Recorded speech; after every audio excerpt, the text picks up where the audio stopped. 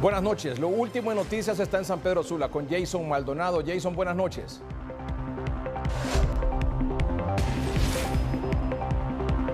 Buenas noches, licenciado Edgardo Melgar, televidentes de Noticieros Hoy Mismo. 3 personas heridas ha dejado un fuerte accidente vehicular en la entrada al municipio de Santa Cruz de Yojoa. Según la información preliminar, el conductor de un camión perdió el control del mismo e invadió el carril contrario, chocando contra una camioneta, lo que ha dejado como resultado estas 3 personas heridas, quienes tuvieron que ser trasladadas de emergencia a diferentes centros asistenciales en este municipio. Continúan los accidentes en el municipio de Santa Cruz de Yojoa. Esto es lo último de noticias. Yo retorno con usted. Gracias, Jason Maldonado en San Pedro Sula. Aquí en la capital, en Tegucigalpa, está Olman Uclés. Olman, buenas noches. Buenas noches, licenciado. Buenas noches, Honduras. Y lamentablemente aquí también 2 lesionados más, licenciado. 2 adultos mayores que fueron embestidos por un bucero a esta pareja de adultos mayores que se conducían a bordo de este taxi. En un carril le cedieron el paso, pero en el siguiente carril el conductor de la unidad de bus venía a exceso de velocidad y mire las circunstancias en que ha quedado este automotor prácticamente destruido, licenciado. Afortunadamente Cruz Roja hondureña, haciendo su trabajo rápido, trasladaron de emergencia a los adultos mayores a bordo de una emergencia, y lo mismo está ocurriendo en el sector de la Universidad Católica, donde también se registra otro accidente de tránsito más, licenciado. Es lo que ocurre en las calles de la capital. Muy bien, gracias, Olman Uclés. Vamos a Santa Bárbara. ¿Por qué? Porque pobladores del municipio de Quimistán, en Santa Bárbara, rechazan la construcción de la represa El Tablón. Este es el reporte con Alexis Gutiérrez. Buenas noches, licenciado Edgardo Melgar. Es un gusto saludarle. Quiero comentarle que en una asamblea que se desarrolló en el municipio de Quimistán, Santa Bárbara, los pobladores se han opuesto a la construcción de la represa El Tablón. Vamos a escuchar a continuación aquí en Noticieros Hoy Mismo a José María Mía, quien es miembro del Comité de Defensa del Territorio y contra la represa. En este caso estamos viendo que está la población aquí exigiendo, ¿verdad? No a la represa El Tablón, porque directa e indirectamente las afectaciones colaterales son muy grandes, que afectan directamente el casco urbano de Quimistán. No es que estamos en contra o que queremos actuar egoístamente de no beneficiar a la población del Valle de Sula, que es maltratada por las inundaciones. También tenemos aquí formas y también queremos que en conjunto se busquen las alternativas, pero de esta forma, dígame que el pueblo pidió que viniera Eric Tejada para de repente de aquí formar algo ya que comenzara con el pie derecho, pero ellos lo único que han hecho desde el inicio es empezar a caminar con el pie izquierdo. Licenciado Edgardo Melgar, esto es lo que le puedo informar desde Santa Bárbara. Retorno con usted hasta los estudios principales en Tegucigalpa. Y ante esta protesta de los pobladores del municipio de Quimistán, en Santa Bárbara, por la construcción de la represa El Tablón, esta fue la reacción del secretario de Energía, Eric Tejada. Tejada aseguró también que ya tienen los fondos para indemnizar a las comunidades con alguna afectación. Nosotros iniciamos un proceso de socialización desde enero del 2023. Ahí están las evidencias.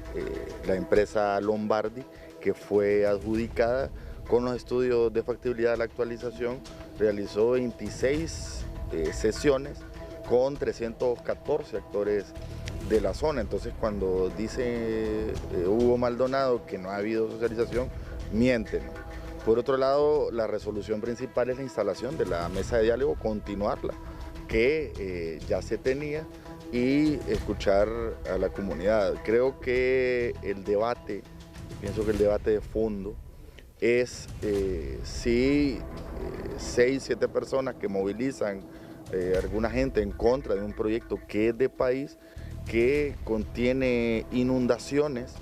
Recuerde que en el Valle de Sula se afectan 500.000 personas por el tema de inundaciones, y además es la zona con el 55% del Producto Interno Bruto del país, ¿no? Se está politizando el tema internamente en Quimistán y con eso pretenden afectar al gobierno. El presidente del CODE le respondió asegurando que él solo es veedor. Nosotros no tenemos un interés más que buscar el bien común y los consensos entre las comunidades.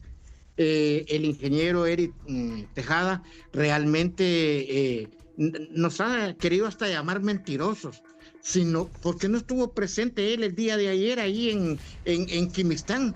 Estuvo invitado, le competía estar y mandó personal que el comité de los pobladores, de los bienes comunes del Valle de Quimistán se oponían. En enero de este año, el Congreso Nacional aprobó un préstamo de $300 millones con el Banco Centroamericano de Integración Económica para financiar la construcción de la represa, que se tiene establecido iniciará en octubre de este año. Francis Espinal, Noticiero Hoy Mismo. Vamos ahora a Danlí, en El Paraíso. Un hombre muerto y 2 heridos en un ataque armado en el barrio El Carmelo, en Danlí. Kenia Cáceres. Buenas noches, licenciado Melgar, y a todo el teleauditorio de Noticieros Hoy Mismo.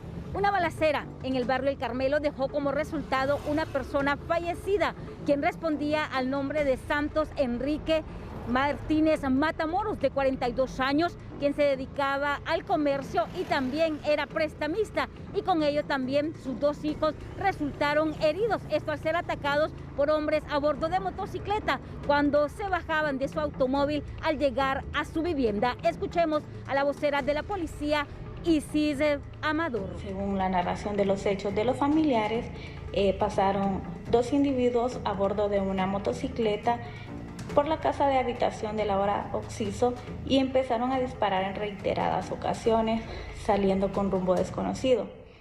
Se está pendiente de la investigación, ya que la hora Oxiso se encontraba con sus 2 hijos fuera de su casa, los cuales estos resultaron heridos y fueron trasladados hacia un centro asistencial de esta ciudad. En cámaras de Lilian Zúñiga, retornamos con usted a estudios principales. Padres de familia y alumnos solicitan el pago de salarios a docentes del Centro Básico de la aldea Mata de Maíz, en dulce nombre de Culmí, Olancho. El profesor y periodista Oscar Valdés tiene la información.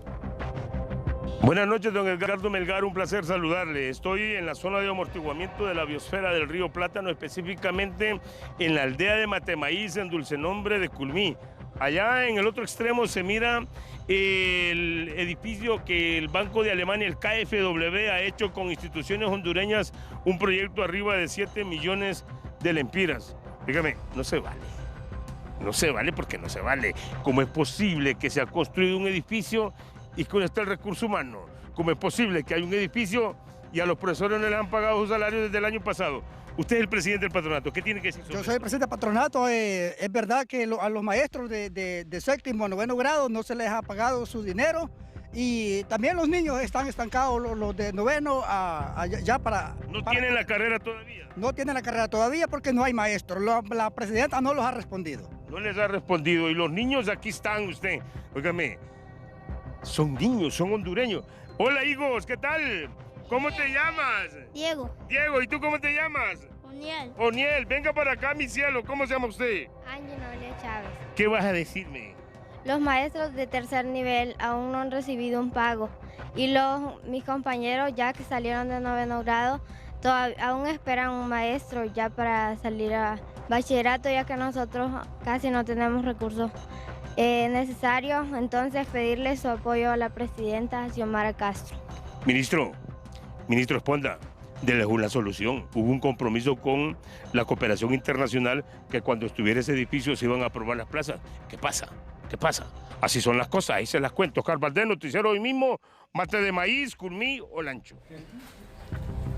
Gracias, Oscar Valdés. Masivo apoyo ha recibido el asilo, centro de día y reposo para el adulto mayor desprotegido y abandonado, ubicado en el barrio del Centro, aquí en la capital. Luego que Noticieros Hoy Mismo mostró la calamidad en la que estaba. Adalida Hernández tiene la información. El pasado 29 de abril, Francisco Mendoza, encargado del asilo, expresaba la preocupación y el posible cierre. Hoy agradecieron porque las ayudas no han parado. Claro, la gente se volcó a ayudar a nuestros abuelitos, les agradezco públicamente, gracias, de parte de cada uno de mis abuelitos, les mando un abrazo fuerte porque han hecho posible de que el asilo sigamos ayudando a quien tanto lo necesita. Alimentos, medicamentos, kit de higiene personal, hasta corte de cabello han recibido. Se tocaron corazones y esos corazones, gracias a Dios, respondieron. Estamos felices y contentos porque hemos sido bien bendecidos. Le doy gracias a Televicentro, gracias a Dios y a todos los que han donado. Y lo único que yo puedo ofrecerle es pedirle a Dios que los bendiga grandemente, sobre todo con salud. Si usted quiere colaborar para seguir ayudando a 12 abuelitos que alberga el asilo ubicado en la Cuesta Lempira, en la capital, puede llamar al teléfono 3177-3764. Para Noticieros Hoy Mismo les informó Adalid Hernández. A pesar de tener suspendido el certificado de operador aéreo, la aerolínea LANSA convoca a sus empleados a trabajar luego del accidente ocurrido el pasado 17 de marzo en Roatán, en el que murieron 12 personas al interior de esta avioneta que se precipitó al mar. Luego de permanecer inactiva por 50 días, la aerolínea LANSA, involucrada en el trágico accidente reportado en Roatán el 17 de marzo de 2025, en el que murieron 12 personas, ha convocado nuevamente a sus empleados. Pero esta aún no puede programar vuelos, según lo confirmaron las autoridades de Aeronáutica Civil. En cuanto a lo aeronáutico, ellos ahorita tienen la suspensión de su permiso de aeronavegabilidad, de su certificado para poder volar. Eso es la única restricción que tienen. Y pues esto, lo único que impide es que una aeronave pueda alzar vuelo, nada más. La suspensión del servicio aéreo de esta aerolínea es por 120 días. Para reactivarse, deberá someterse a una serie de inspecciones. Nosotros como Aeronáutica Civil lo único que vemos es el aspecto técnico de las aeronaves. Cuando la aeronave pretenda otra vez volver a realizar vuelos, tiene que hacérsele una inspección de acuerdo a la normativa para que le permita de nuevo volver a tener su permiso de aeronavegabilidad. Por su parte, el director regional de la Aeronáutica Civil ve de manera positiva esta convocatoria hacia los empleados. Tenemos la situación por la parte de laboral, las familias que habían quedado sin ese sustento. Nos alegra mucho que todos estén recuperando, porque también al final se entiende que es un periodo difícil, es normal. Aunque la suspensión del servicio aéreo solo dura 120 días, el informe de resultados de la investigación de los hechos ocurridos el 17 de marzo estarán listos hasta en marzo de 2026. Con la información de Marlon Escobar, Fanny Zúñiga, Noticieros Hoy Mismo. Conectado con los corresponsales es presentado por Aseguradora Rural. 9 años acompañándote a crecer seguro y tranquilo. Campaña de vacunación y desparasitación lanzan a nivel departamental. Así nos informa Carlos Sorto desde Gracias, Lempira.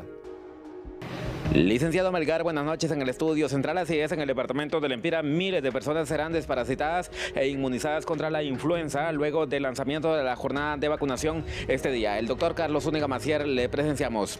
Esperamos que en estos 46 años de existencia del programa Premundial ha demostrado la eficacia de la vacuna y cómo las vacunas salvan vidas. Hemos disminuido mucho la mortalidad infantil por causa de enfermedades prevenibles por vacuna. Así que esta es una demostración, la demostración fue el COVID, la gente una vez que vino la vacuna dejó de morirse. Entonces sí es importante que la gente se vacune. Tenemos que cumplir todos con nuestros esquemas de vacunación. A esta hora, desde Gracias, en el departamento de Lempira, es nuestro contacto informativo para la emisión de los noticieros Hoy Mismo Estelar. Licenciado Melgar, buenas noches. Javier Castillo reporta que la policía captura a una mujer en posesión de cocaína. Vamos a Victoria, Lloro. Muchas gracias, licenciado Edgardo Melgar, amables excelentes noticieros. Hoy mismo la policía captura a una mujer con 120 bolsas plásticas de supuesta cocaína. Oscar Sevilla, portavoz policial, con los detalles. Así es, en una operación que ejecutaron agentes de la Dirección General de Prevención y Seguridad Comunitaria en la cabecera departamental, precisamente en el municipio de Victoria Lloro, ha sido detenida una fémina de 38 años de edad. Esto en un barrio El Jobo de Victoria Lloro. A ella, al momento de su detención formal, se le ha encontrado en posesión de 120 envoltorios plásticos transparentes conteniendo en su interior presunto cocaína. Ya fue puesto a la orden del Ministerio Público por el delito de tráfico de drogas en perjuicio de la salud pública y el Estado de Honduras. ¿Qué tipo de operación?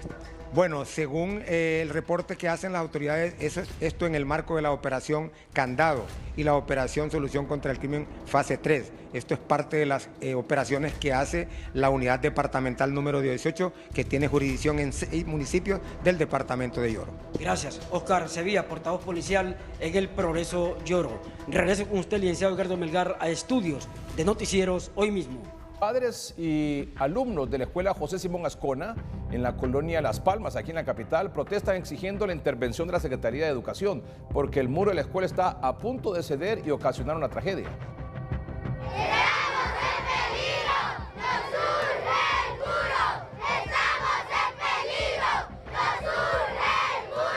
Cielos falsos, filtración de agua pone en peligro la integridad de 280 alumnos y maestros. Estamos preocupados debido a la emergencia que tenemos, ¿verdad? Que es lo que es el muro, ¿verdad? Que nos está colapsando por detrás de las aulas de lo que es cuarto, quinto y sexto. Ya se han hecho, ¿verdad?, solicitudes a construcciones de escuela, no hemos tenido respuesta, no tuvimos otra opción, ¿verdad?, que podernos pronunciar porque sí es una emergencia. Los padres expresan que si no hay una respuesta tomarán otras acciones. Es preocupante porque los niños que son de cuarto, quinto y sexto y los docentes que están en esa zona, inclusive ahí está el área de que se hacen los alimentos de los niños. Entonces es peligroso que ese muro ceda más y no solamente se lleva a las aulas de ahí, hay otra aula abajo que también está en peligro. Las lluvias han iniciado en la capital, lo que pone en peligro que el muro en la parte de atrás de la escuela colapse. Para Noticieros hoy mismo les informó Adalid Hernández. ¿Qué nos depara el pronóstico del tiempo para las próximas horas? Olman Uclés tiene la información. El estado del tiempo es presentado por Sudagrip. La gripe suda con Sudagrip.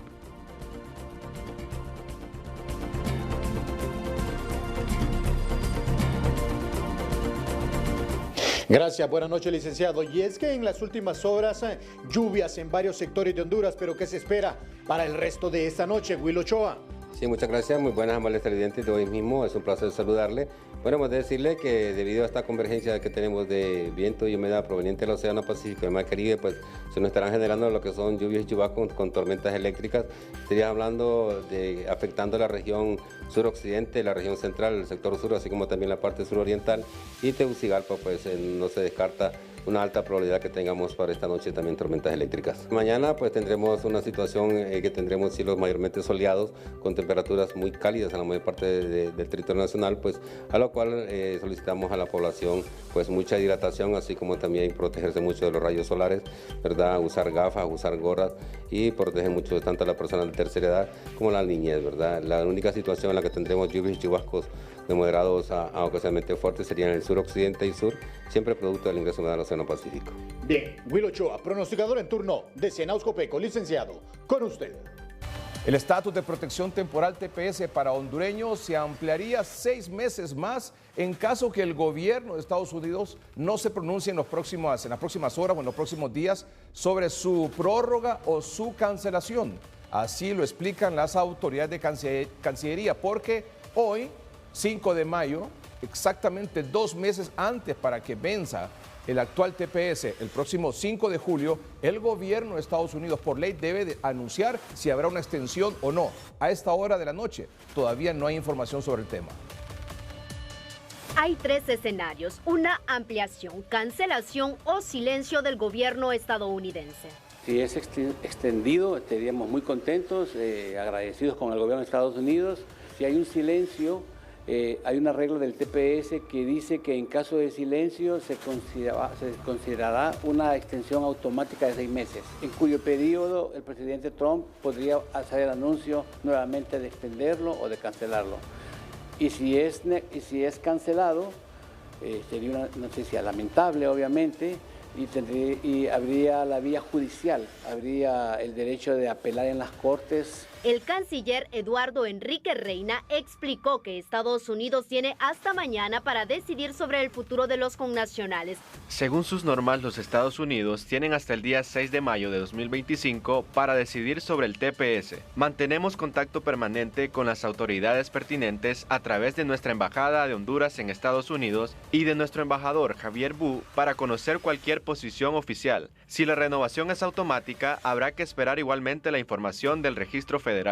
Las organizaciones de compatriotas en la Unión Americana se mantienen en zozobra. Estamos aquí en Estados Unidos en una zozobra sin precedentes y todo porque estamos a la espera de que se nos informe si se extiende o se cancela el estatus de protección temporal TPS, el cual beneficia a más de 50,000 familias hondureñas, y la verdad que sería catastrófico y lamentable que se cancelara porque muchas familias hondureñas ya tienen toda una vida hecha aquí en los Estados Unidos. Son más de 50,000 los hondureños que están en riesgo de ser deportados si el gobierno de Estados Unidos no amplía este estatus de protección temporal. Ruth Muñoz, Noticiero Soy Mismo.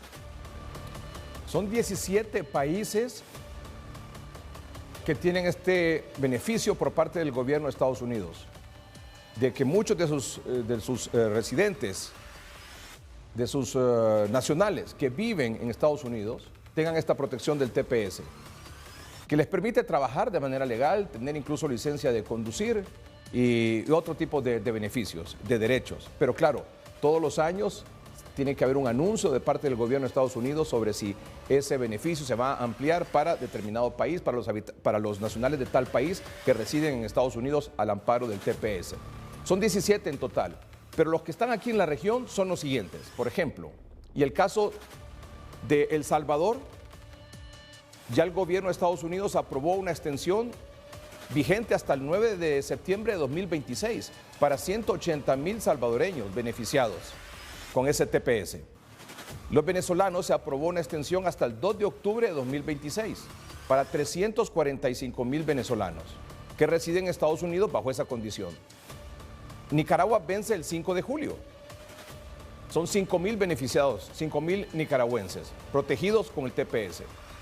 Honduras también vence el 5 de julio y están amparados unos 55,000 hondureños. Haití vence el 3 de agosto de 2025, o sea que todavía hay por lo menos un mes más de espera para los haitianos, para 200,000 haitianos, para saber si se les va a ampliar o no la vigencia del TPS, ya sea por 6 meses, un año o 18 meses, es decir, año y medio.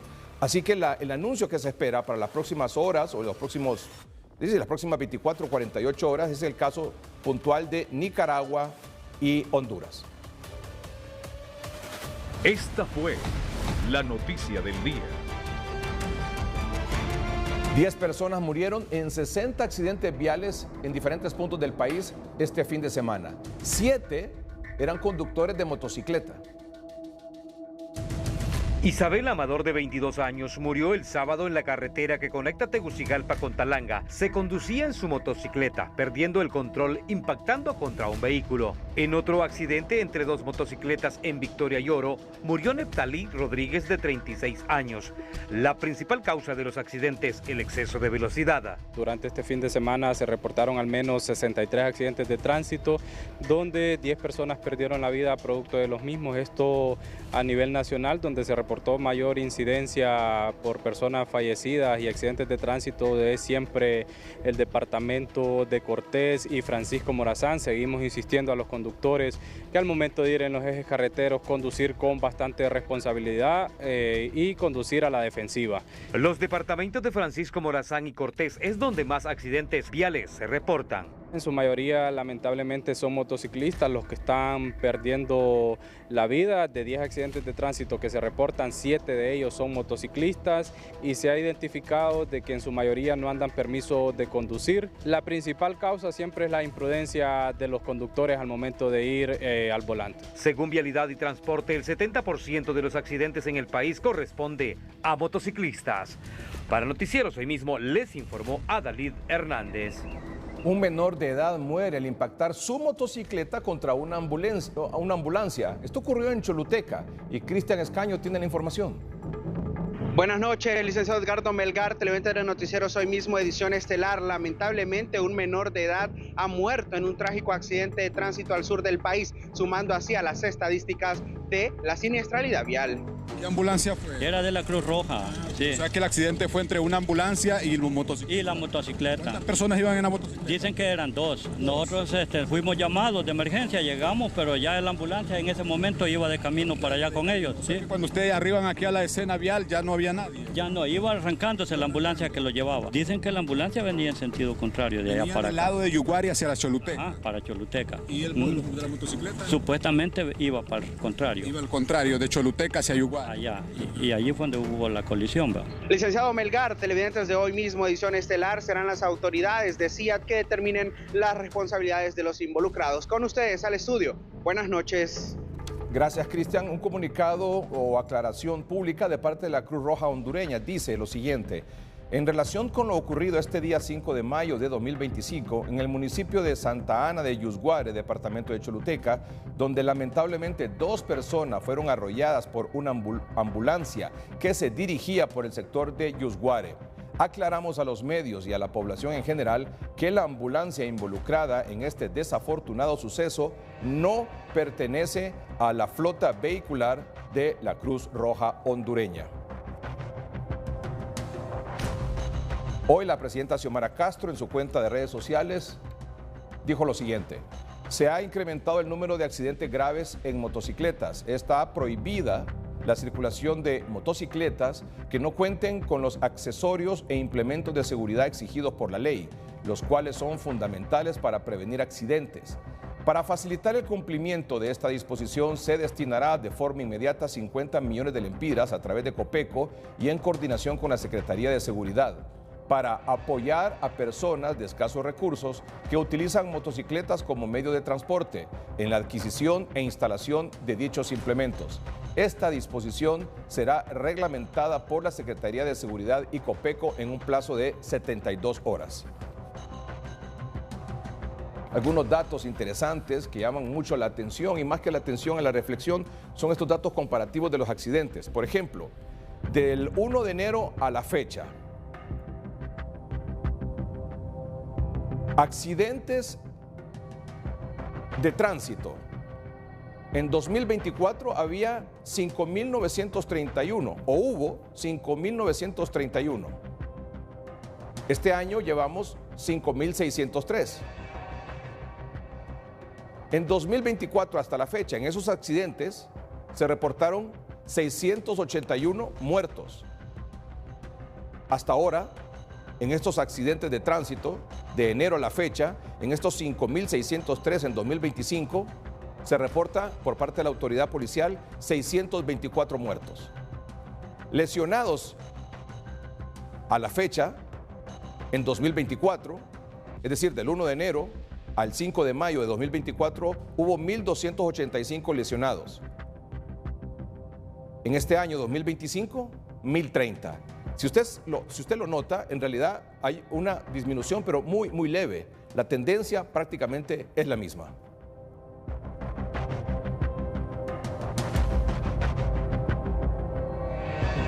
Y este dato también es interesante. De la totalidad de muertos hasta la fecha en accidentes de tránsito, en este año, del 1 de enero hasta el 5 de mayo, estos 624, 243 eran motociclistas. 243 eran motociclistas. El sábado anterior, este 3 de mayo, se estrenó por la señal de TSI una nueva propuesta televisiva, el programa Pasaporte, espacio que busca ampliar con un servicio social, propiciando un espacio de encuentro que permita comunicarse a los hondureños que viven en el exterior con sus seres queridos aquí en el país. El programa ofrecerá información confiable sobre la legislación de inmigración y dará seguimiento a los hechos noticiosos que son de interés para los viajeros que se movilizan especialmente entre Centroamérica, Estados Unidos y Europa. Darle voz a la comunidad migrante, ser esa conexión entre los connacionales, las autoridades y por supuesto sus seres queridos. Bienvenidos a Pasaporte. Dentro de la amplitud de temas a abordarse en este espacio, en su primera edición se exaltó la labor de los héroes hondureños en el mundo. Que pone el nombre de Honduras en lo más alto. Nació en Olanchito Lloro. Es ahí donde inició la historia de una mujer de hogar humilde que se ha convertido en una brillante científica que actualmente labora para Brigham and Women's Hospital en la Escuela de Medicina de Harvard. Desde muy pequeña sentí una gran curiosidad por entender cómo funciona el cuerpo humano. Me fascinaba la ciencia y soñaba con poder ayudar a las personas a través del conocimiento. También se realizó una breve radiografía de los primeros 100 días del mandato del presidente Donald Trump con el periodista Samuel Galvez desde Washington. Y hasta el momento, lamentablemente, la actual administración no ha tenido ese camino porque se ha puesto a pelear con todo el mundo. Se concluyó la primera emisión con una miniserie que muestra la otra mirada de la migración en México. Nos enfrentamos en diferentes peligros, en situación de secuestros, en situación de que si te subes a un tren, te duermes, te caes, aguantas hambre, aguantas sueño, pues te tienes que desvelar en la noche. Pasaporte, una propuesta de servicio social para los hondureños. Sintonízalo los sábados de 4:30 a 5:30 de la tarde por TSI. Francis Espinal, Noticieros Hoy Mismo. Hay un boletín de prensa de la Embajada de Estados Unidos en Honduras sobre el fallecimiento de militar estadounidense en Comayagua. Base Aérea Sotocano, Honduras. El primer teniente Marciano Parisano, de 25 años, originario de Texas y asignado al primer batallón del 228 Regimiento de Aviación del Ejército de Estados Unidos, fue hallado sin vida el 3 de mayo en Comayagua. Con profundo pesar y gran tristeza, lamentamos el fallecimiento del teniente Marciano Parisano. Sirvió a nuestra unidad y a la misión de la Base Aérea Sotocano con honor, orgullo y valentía, expresó el coronel del Ejército de Estados Unidos, Daniel Alder, comandante de la Fuerza de Tarea Conjunta Bravo en Sotocano. Como piloto de helicóptero, su contribución a nuestro equipo fue invaluable. Será profundamente extrañado por todos quienes tuvimos el privilegio de conocerlo y servir a su lado. El equipo de mando extiende sus más sinceras condolencias a su familia, amigos y seres queridos. Acompañamos su dolor en este momento difícil. La pérdida de un soldado siempre es una tragedia irreparable. El teniente Parisano se encontraba fuera de la base, en Comayagua, durante un permiso de salida cuando fue hallado sin vida. Las autoridades han iniciado una investigación para esclarecer las circunstancias de su fallecimiento. La Embajada de Estados Unidos agradece al gobierno de Honduras, a la Policía Nacional y al Ministerio Público por su rápida respuesta y cooperación. Estamos comprometidos con una investigación exhaustiva. Expresamos nuestras más sinceras condolencias a la familia, amigos y compañeros del militar fallecido. Este joven es o era Marciano Parisano, de 25 años, originario de Texas. Nelly Martínez en Comayagua con más información sobre este tema. Nelly, buenas noches. Buenas noches, licenciado Melgar y televidentes de Noticieros Hoy Mismo Estelares de la zona centro del país. Le informamos que como parte de las investigaciones realizadas por la Policía Nacional y el Ejército de los Estados Unidos sobre la muerte de militar estadounidense en Comayagua, descartan el móvil de robo como principal causa de esta muerte. Escuchemos al comisionado Ponce Canales, jefe regional de esta institución policial. En primer lugar, se descarta lo que haya sido el móvil de robo porque él tenía toda su pertenencia. No se le encontró ninguna herida provocada por arma de fuego, arma blanca, únicamente un golpe en la cara, pues será medicina forense y estamos a la espera de ese dictamen. Hay avances suficientes, pues, y hay una hipótesis de que ya la policía está manejando. Los lugares donde ellos visitaron, pues, se observa en uno de los videos de que hubo una pequeña discusión entre unos ciudadanos, pero no podemos ser tan irresponsables en decir de con quiénes era, porque serán los investigadores forenses que van a dar a conocer este extremo, identificar en primer lugar a las personas. Las cámaras son vigilancias electrónicas y en investigación criminal nos ayudan a solucionar un 70 o 80% en los delitos. Licenciado Melgar, la Embajada de los Estados Unidos en Honduras junto a las autoridades policiales están realizando las investigaciones exhaustivas para poder esclarecer la muerte de este joven militar estadounidense. Con este informe, continuamos desde Comayagua con usted a los estudios principales de Noticieros Hoy Mismo Estelar.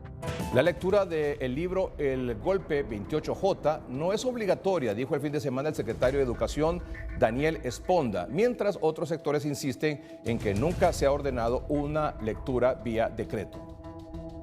El secretario de Educación, Daniel Esponda, asegura que ni es obligatorio leer el libro, ni será la Secretaría que pague la impresión del mismo. Es que nunca fue obligatorio, Miren, los libros de texto que se utilizan en las escuelas son los oficiales que entrega el gobierno. Esos son los libros de texto que se utilizan.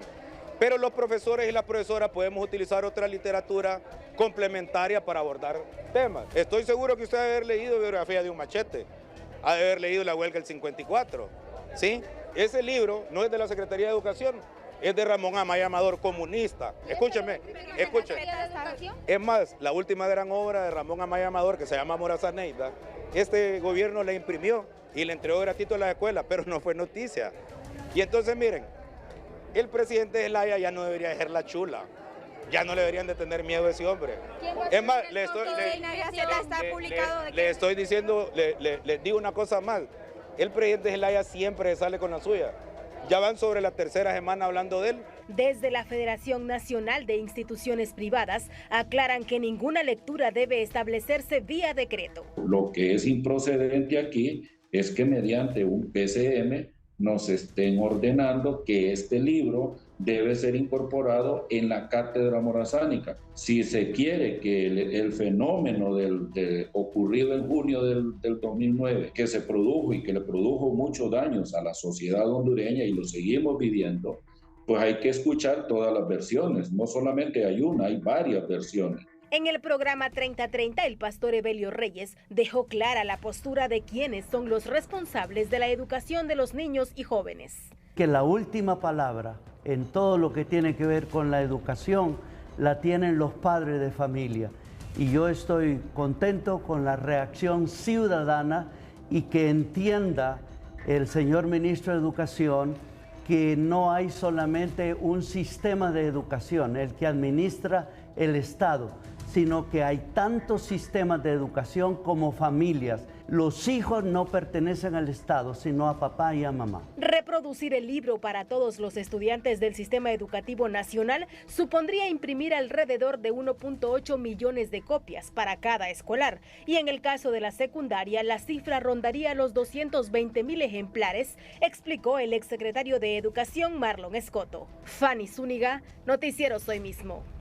Este es el nuevo video del general en condición de retiro Romeo Vázquez Velázquez desde la clandestinidad.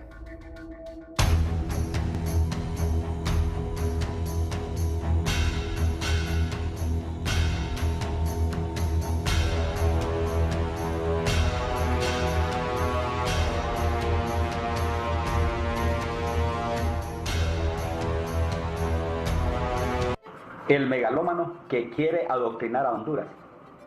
Hay una sola verdad, y los hondureños no somos tontos. Manuel Zelaya ya escribió su libro, un panfleto disfrazado de historia, un cuento de ciencia ficción, donde el villano quiere pasar por héroe, donde la corrupción se maquilla como resistencia y donde el saqueo se presenta como revolución. ¿Y acaso olvidamos que saqueó el Banco Central? ¿Que recibió 300 millones de dólares del chavismo, de la FARC y del Cartel de los Soles? ¿Que desafió al Congreso Nacional, a la Corte Suprema, al Ministerio Público, al Tribunal Electoral? ¿Que atropelló a la sociedad civil, a las iglesias, a la empresa privada? ¿Que violó órdenes judiciales y quiso imponerse por la fuerza? ¿Que promovió odio, división y confrontación entre hondureños? ¿Que buscó romper relaciones con Estados Unidos, nuestro principal aliado? Y ahora quiere adoctrinar a nuestros niños y jóvenes con ese libro, un manual de mentiras y resentimiento, una dictadura disfrazada de democracia. Su ambición es tan grande que quiere gobernar a través del odio, sembrando falsedades en las mentes de las nuevas generaciones. ¡Basta ya! Honduras no es un experimento socialista. Honduras es un pueblo con dignidad. Nos persiguen porque no nos vendimos. Nos atacan porque no nos arrodillamos. Nosotros solo nos arrodillamos ante Dios. La patria se defiende, la verdad se honra y la historia se escribe con valor. Y yo sigo en la lucha, con la fe puesta en Dios, con valor y determinación. Ojalá el pueblo despierte antes de que sea demasiado tarde. ¡Que viva Honduras!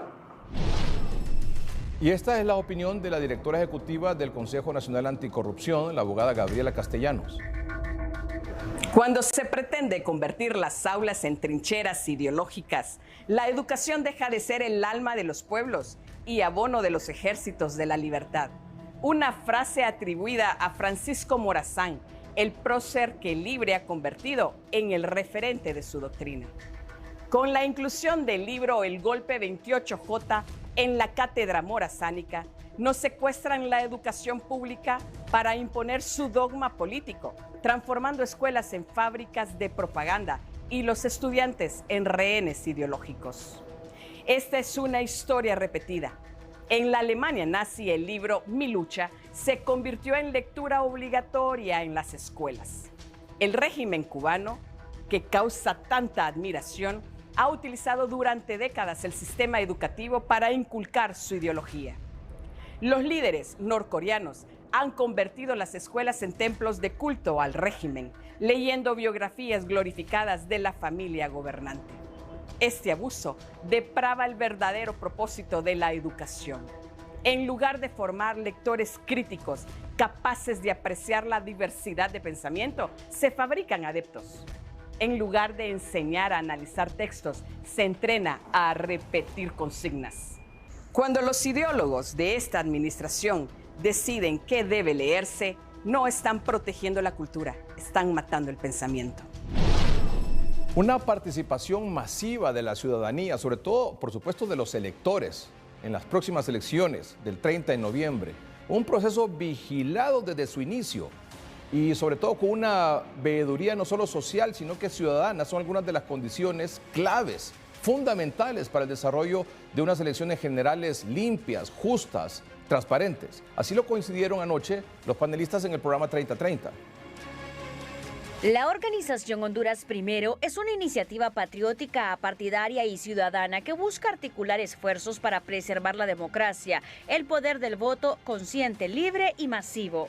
Y motivar a una votación masiva que permita además no solo ir a ejercer el sufragio, sino que vigilar, defender y asegurar la transparencia de las elecciones generales del 30 de noviembre. Así es correcto. Sí, O sea que ustedes van a estar viniendo aquí a 3030 a decirnos cada, no sé, una vez al mes o cada 45 días, ¿vamos bien, vamos más o menos o vamos mal? Nos damos por invitados. ¿Verdad? Es decir, es que tiene que ser una auditoría, un seguimiento así. Y si las cosas están haciendo bien, como usted lo planteaba, el presupuesto que se envíe temprano de parte del Consejo Nacional Electoral y que vaya firmado por los 13 consejeros, que no haya más cisma interno ahí en el Consejo Nacional Electoral, que se apruebe por parte se le dé el visto bueno de la Secretaría de Finanzas, lo apruebe el Congreso, que se hagan las licitaciones en tiempo y forma y que los ciudadanos asistan. Y es importante recalcar de que no tenemos un color político específico. Estamos llamando a todas las fuerzas políticas democráticas de este país a integrarse, a las iglesias, a la sociedad civil, a todo aquel buen hondureño que tiene un interés en que nuestro país continúe en una democracia que, aunque ha sido una democracia débil, porque ha sido débil, está en vías de desarrollo, estamos creciendo y necesitamos que exista eso. Y lo otro que quiero decirle al pueblo hondureño es que el temor al Señor, el temor a Dios, es el principio de la sabiduría. Nosotros los hondureños somos temerosos de Dios y creo que tenemos que orar para poder despertar en nosotros un espíritu de disciplina.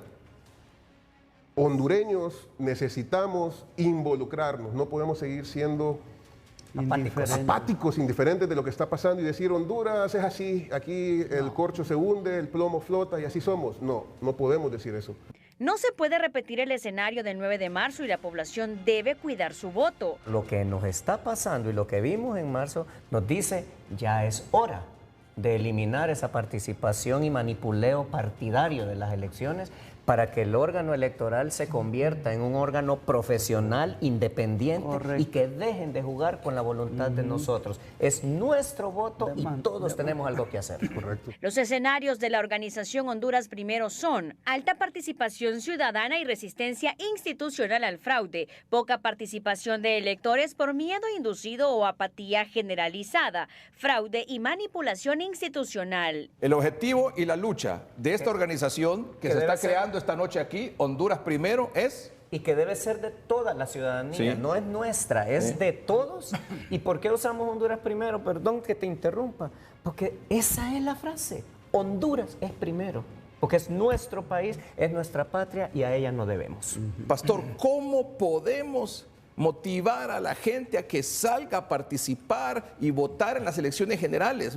Hay muchos jóvenes, más de 300,000 que probablemente van a votar por primera vez, que vayan, porque usted los escucha, estoy seguro, en sus visitas al interior del país, que dicen, están frustrados de los políticos, están decepcionados de los partidos políticos, porque a todos los ven por igual.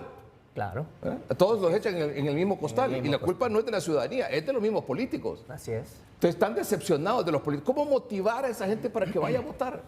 Tenemos 200 días para trabajar de manera incansable, educando, motivando, movilizando, creando conciencia. Los jóvenes tienen que entender que su futuro está en juego. Si no hacen algo ahora participando de la mejor manera, ellos no van a poder vivir en nuestro país, van a tener que huir. Así que yo los responsabilizo y en el nombre de Jesús, en el que todos los hondureños o la gran mayoría creemos, les demandamos que se informen, que tomen conciencia y que participen. Todas las familias, porque cuando votamos, formamos gobierno. El hondureño debe votar por el mejor plan de trabajo de los candidatos. Todos los candidatos están obligados a presentar un plan de trabajo, un plan de acción. El mejor plan es aquel que no solo nos promete o nos trae cancioncitas, sino el que nos da los medios para resolver nuestros problemas más urgentes. ¿Cómo vamos a ser empleados? ¿Cómo podemos participar en la fuerza laboral? ¿Cómo nuestros esfuerzos se pueden traducir en bienestar para la población?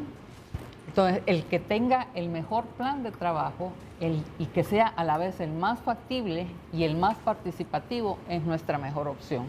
No por aquellos que nos atraen con cancioncitas, ni por aquellos que están acusando a los del pasado, o por los que están ridiculizando a los contrincantes. Al más serio y al que tenga el mejor plan, más participativo. El llamado fue a los jóvenes para que salgan a votar en las elecciones generales, ya que de los 5.8 millones de hondureños aptos para votar, 3 millones de ellos son menores de 40 años. Evelyn Pérez, Noticieros Hoy Mismo.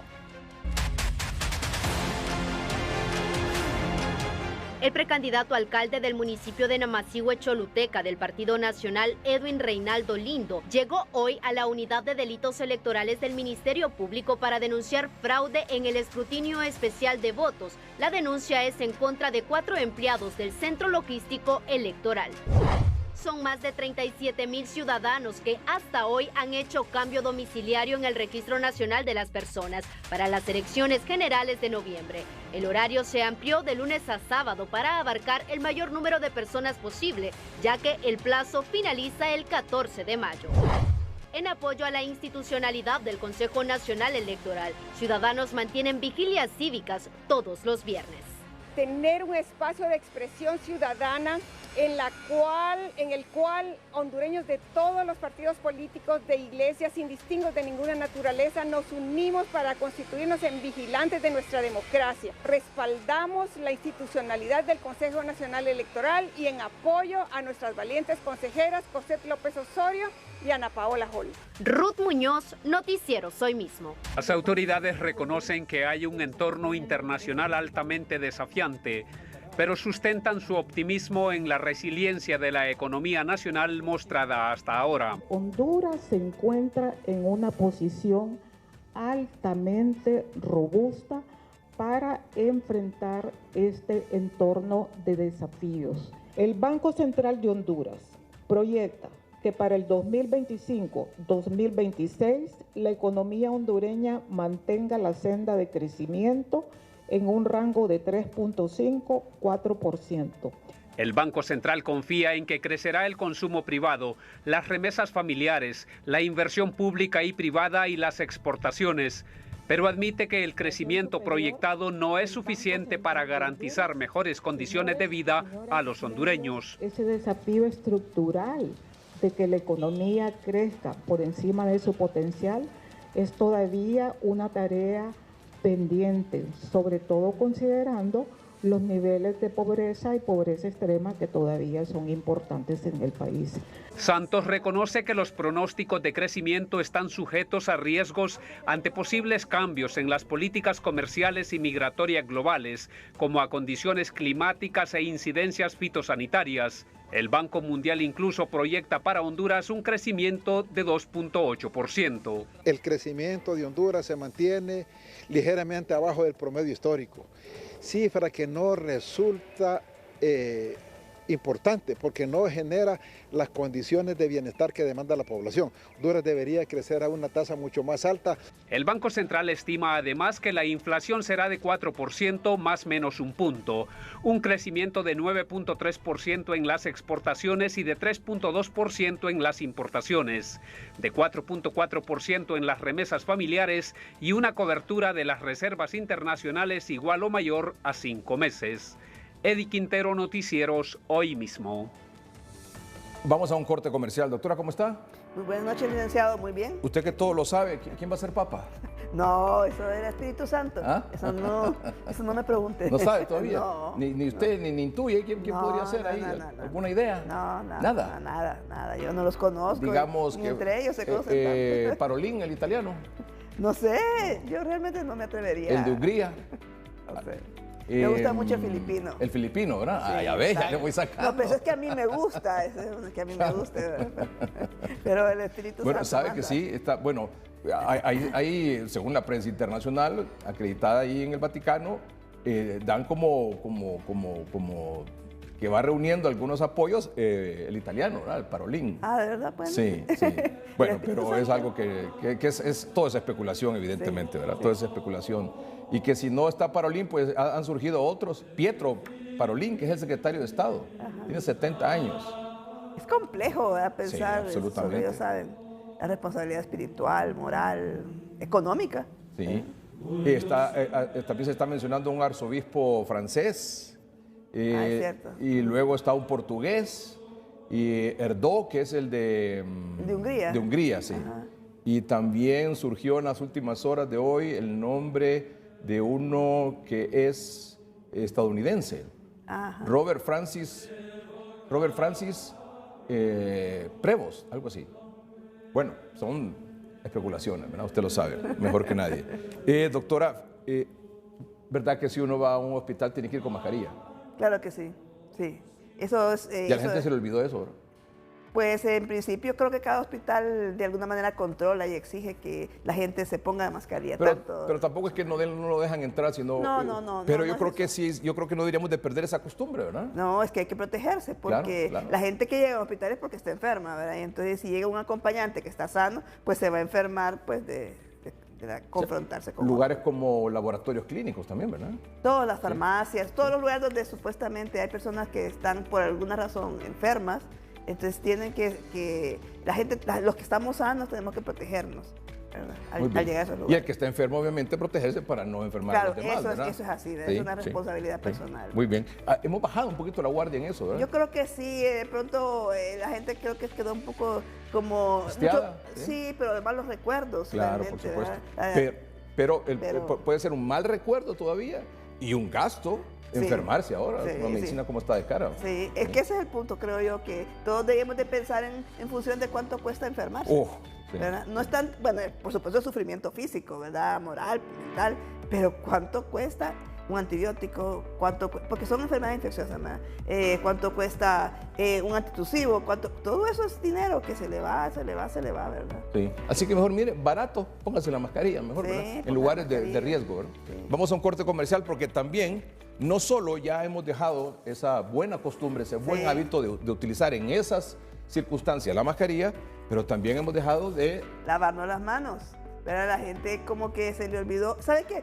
Y si no lo olvidó del todo, ya no lo hace tan bien como se debe. Es que, por ejemplo, antes usted venía aquí con su frasquito ahí con alcohol o con gel. Pero es que usted tiene, entonces yo aquí. Usted me viene a robar a mí, ¿no? Pues sí.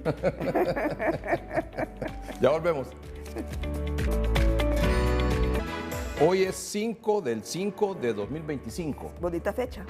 Para hablar sobre la higiene, el Día Mundial de la Higiene de Manos. Vaya. ¿Verdad?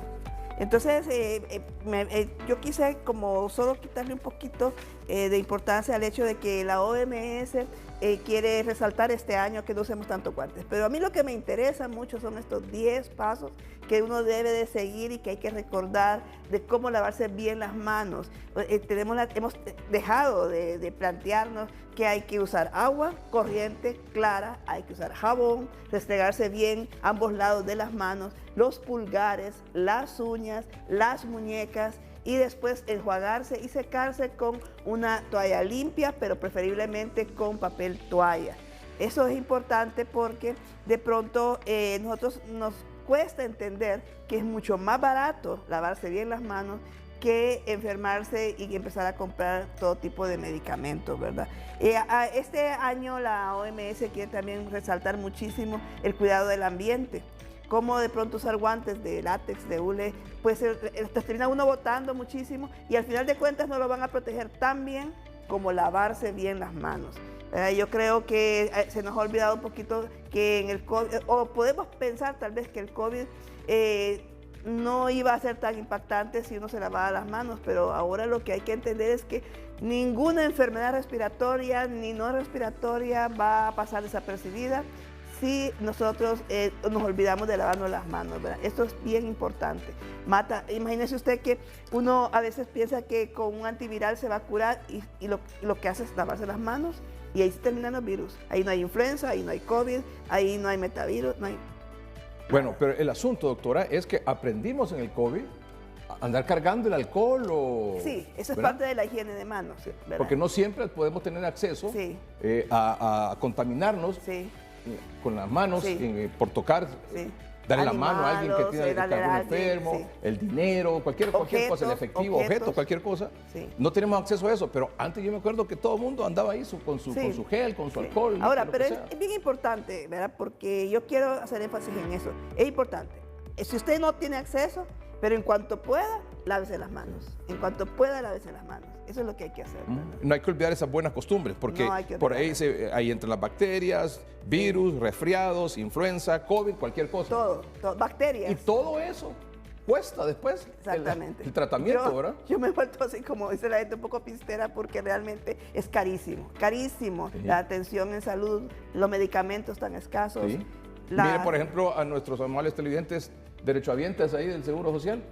Por favor, ¿verdad? Por favor. Entonces, mejor la medicina preventiva, en este caso, ¿verdad? Las medidas preventivas. Mire, entonces, mire, ya que usted viene aquí a robarme mi gel, que lo tengo aquí, le entrego para que lo ande. Ay, muchas gracias. Se lo entregamos ahí para que no venga a robar aquí del gel que nosotros le facilitamos, sino que usted ya ande ahí, que es de este gel mío, sino que usted use el propio. Pero hace juego con mi blusa, fíjese, tiene 2 puntitos morados ahí. ¿Qué tal? ¿Le gustó? Sí. Huele rico además. Está bueno, pues muchas gracias. Ande en la cartera y cuando vaya, como usted es bien social y anda ahí almorzando, desayunando, en restaurante, con esa vida social tan activa, usted muéstrelo y siempre dé el ejemplo. Muchas gracias. ¿Sí? ¿Verdad?